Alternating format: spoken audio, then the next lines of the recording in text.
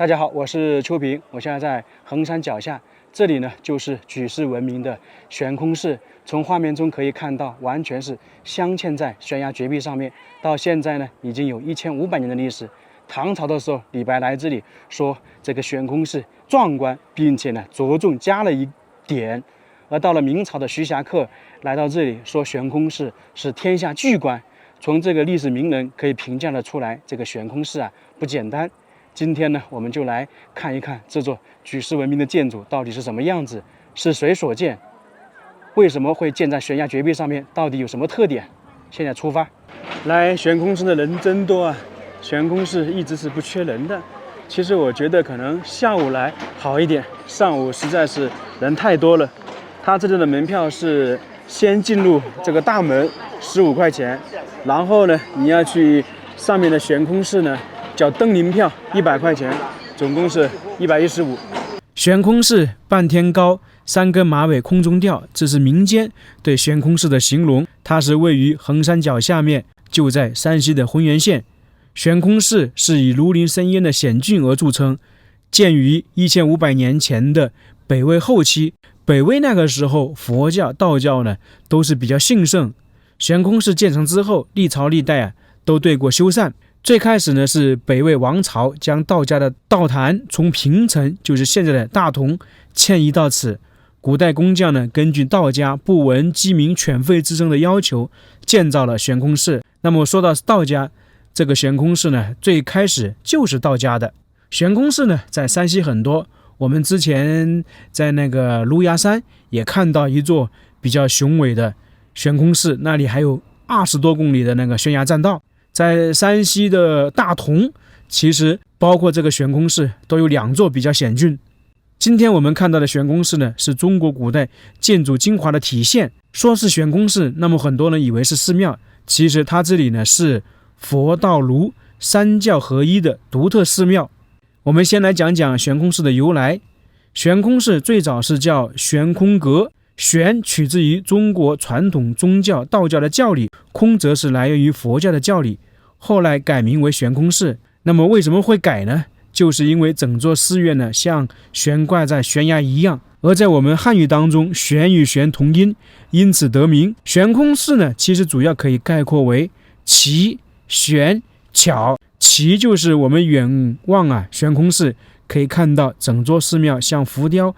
镶嵌在峭壁当中，但是如果等一下我们走近一看，大有凌空欲飞之势，十分奇特。至于悬和巧，等一下我们到了悬空寺上面可以仔细再看看。反正可以这样说，悬空寺呢，它融合了我国园林建筑艺术，又不失我国传统建筑的格局。在悬空寺里面有铜、铁、石、泥佛像80多尊，这些造像中啊，不少风格都是比较早，具有较高的艺术价值。等一下我们还能够看得到。现在呢，我们就准备去悬空寺里面走一走。估计啊，今天会在这里待比较长的时间，因为悬空寺是挂在悬崖峭壁上面，那个通道呢比较窄，很多时候呢只能供1个人通行，而现在呢又是人比较多，所以时间可能会久一点。悬空寺2010年它入选《时代周刊》世界岌岌可危的10大建筑，因为看起来确实是比较惊险的。走了没多久，看到4个大字天下巨观，这个是徐霞客写的。在崇祯6年的时候，徐霞客来到了衡山，在这边游览，特别是游览了悬空寺之后，被这个壮观的悬空寺震撼到，于是呢写下了天下巨观，比奇观还更上一筹楼，比壮观也更上一层楼。他当时呢还单独出了一个游衡山记。其实你来看悬空寺，一是看它的奇、险、悬、巧，另外一个呢就是看它的人文。到了排队的地方了，我刚才了解到它这里呢是要限流的，因为人太多，分批次上去。它这个登临票每天也是有限制的，估计要排队半个小时才能上去，这还是在最下面。最上面的话继续的排队，继续的走。我现在就在悬空寺的下面，在这里呢还能看到上面那个通道站满了人，都在缓慢的移动，有些呢还站着不动，因为大家来这里都会进行参观嘛，有些人要进行拍照等等。而下面这块石头有2个字壮观，这个就是李白游览悬空寺留下来的，大概是公元735年。大家看到没有，这个壮字呢多加了一点，那么就是李白题诗，或者是说被悬空寺震撼到了，他觉得比壮观多一点点，所以这个词才会这么由来。终于检票进来了，排队排了大概半个小时，人真的挺多的。不过呢，听刚才的工作人员说，还好现在是已经过完暑假了，像之前暑假的话人更多，他们说有时候排队要排1-2个小时。他说悬空寺的话一年到头人都是比较多的，所以我觉得可能下午来好一点。从这个角度可以看到前方的那些建筑，那些大殿很多是悬挂在半空当中，下面靠那些柱子撑着。那么这个悬空寺它能够这么安稳的在悬崖绝壁上面，真的是靠那些柱子吗？等一下我们近距离再给大家介绍一下。这里呢其实主要就提到我们一开始说的那个桥。现在准备去寺庙里面看一看，悬空寺举世闻名，世界文化遗产，我来了。前面就是文保碑，悬空寺肯定是全国重点文物保护单位了。其实在浑源县呢，这里就有好几次国保单位。一来到这里呢，就可以看到一座山神庙，一般在这种寺庙都会有这种。再往前走一点点呢，就是悬空寺的山门。为什么叫山门？我们以前也解释过啊，因为在以前一般寺庙的话，它都倾向于建在那个山脚下面或者山上面，所以第一道大门呢就被称之为山门。这个山门比较小，这也是由于悬空寺的环境结构决定的。从山门进来之后，这边呢就是悬空寺的第一部分建筑，可以看到写了佛堂，这就是以前僧人休息的地方。那这里呢也是整个悬空寺唯一脚踏实地的地方，因为我们现在这个院子包括旁边这些建筑啊还是直接落地，而我们过去之后的那些建筑呢基本上就是悬空在崖壁上面了，可以看到有很多柱子支撑着，所以才是悬空嘛。悬空寺是呈一院2楼的布局，刚刚看的第一部分就是医院，旁边呢是2楼的建筑格局，总的长度大概是32米，楼阁殿宇41间，总体布局为寺庙、禅房、佛堂等等。南北2座雄伟的歇山顶高楼好似凌空相望，就是右边的那个2栋建筑啊。这2栋建筑呢，就是悬挂在刀劈般的悬崖峭壁上面，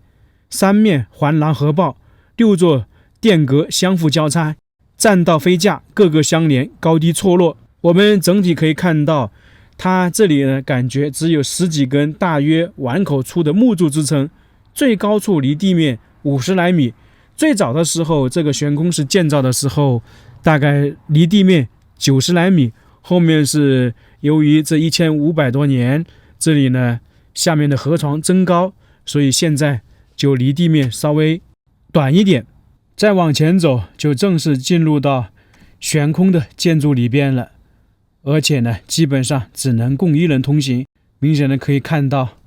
这些，而且呢是开始进行攀爬了。下面这些石碑是以前修缮这个悬空寺留下来的一些功德碑，这个基本上在寺庙道观是非常常见了。在这些碑上面其实可以证明什么时候悬空寺进行过修缮，是谁修缮的等等。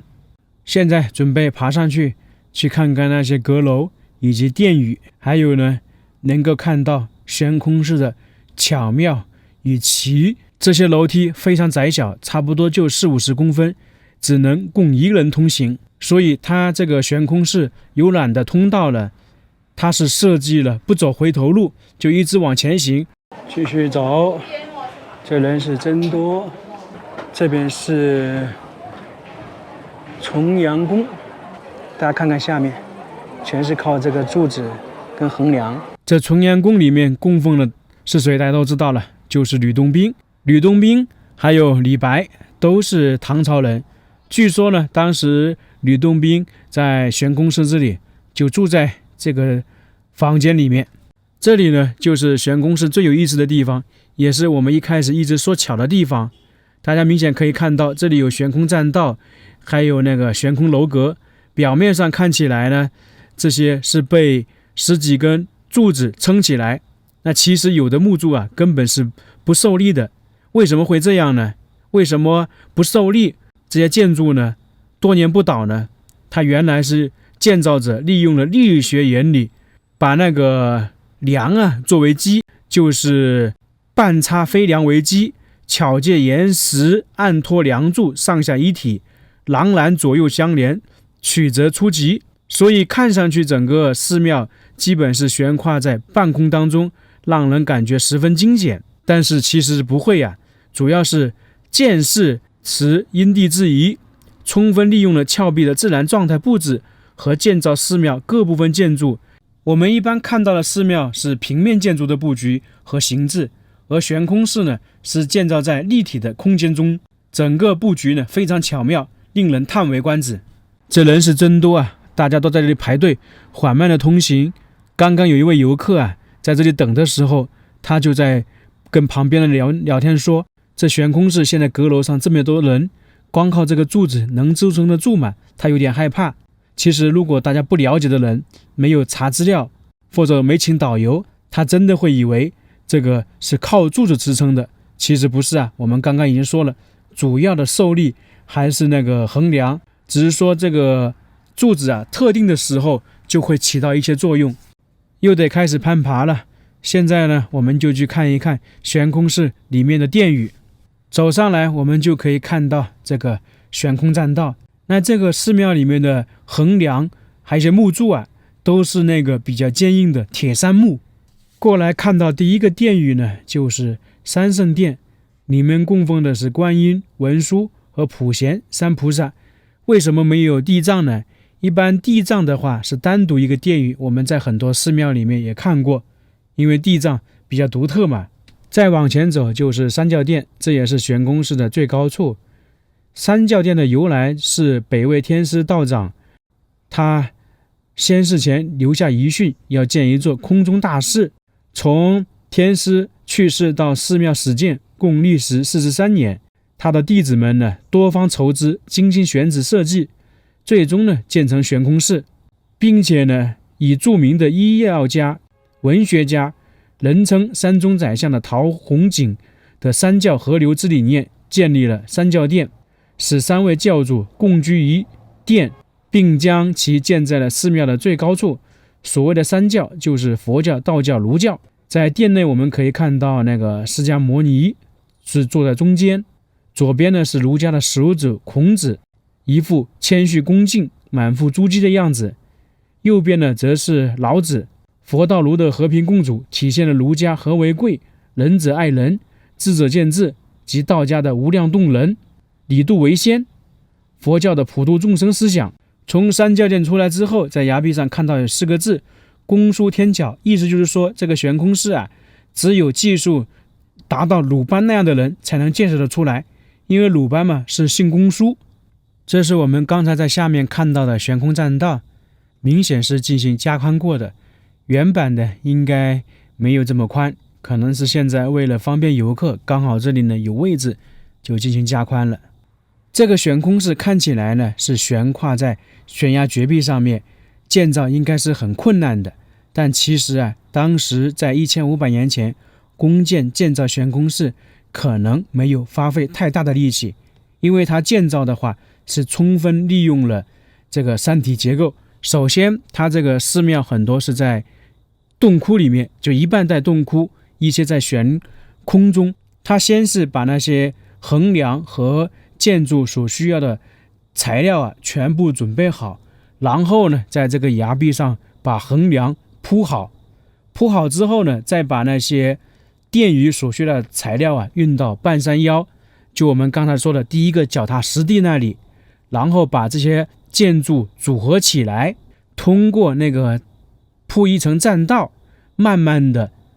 从最远处开始组装。所以说它这个整体结构呢是拼接而成的，这样的话保证了时效，保证了建筑的布局，也保障了安全。其实我刚才在走这个悬空寺的时候啊，在一些崖壁上面还能看到四方四正的那个孔，那可能就是以前栈道留下来的痕迹。再往前走就是大雄宝殿了。